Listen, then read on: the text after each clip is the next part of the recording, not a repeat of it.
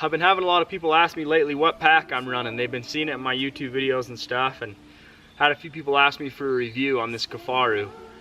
This is the first Kifaru pack I've ever owned. It's a Kifaru Nomad 2.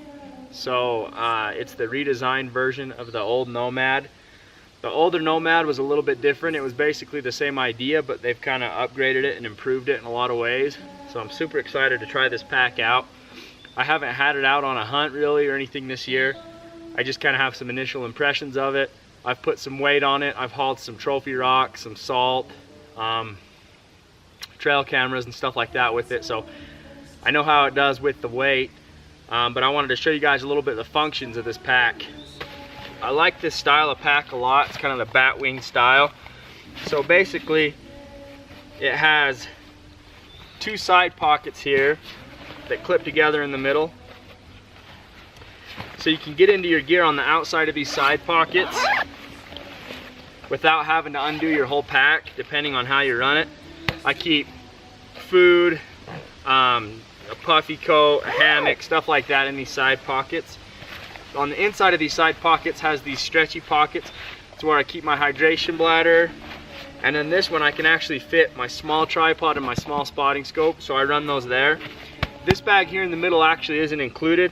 It's called the native lid. It's a little bit extra money, but I use that for some expanded space. You can run a camp bag in there, a stuff sack, a dry bag, whatever you want to do to make this so this pack can be as big or as little as you want it to be. Right there, right now I just have a sleeping bag in there. That's what I use when I'm going on my overnighters. The cool thing about this lid right here is it actually detaches from the bag, just takes 4 little clips, and then it has shoulder straps in it and a waist buckle, so you can use this as a standalone day pack. So that's a pretty nice bonus. So the main thing people talk about when they talk about these Kifaru packs is the price.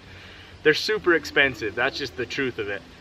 For me, I've never really been able to justify the cost spending that much on a pack, and the kind of thing that opened my eyes and changed my mind a little bit was I put one of these on at the Western Hunting Expo that had like 100 pounds in it, and I was amazed at how well it held the weight where I needed it to be. They make it so you can cinch that waist buckle really tight and it keeps all the weight off your shoulders. They make this pack custom to fit you. When you buy this pack, you tell them your inseam, your waist size, your back profile, whether you have broad shoulders or regular shoulders, and this pack comes all set up to you.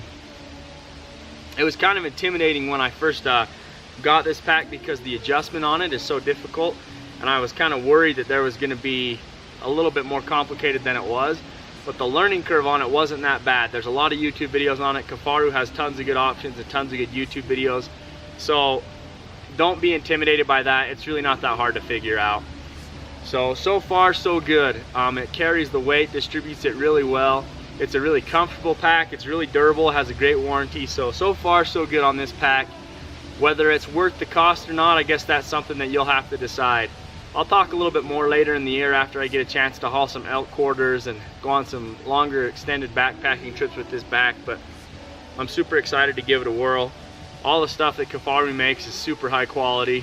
We'll just have to see if it's worth that price point or not. So this is the Nomad 2 on the tactical frame.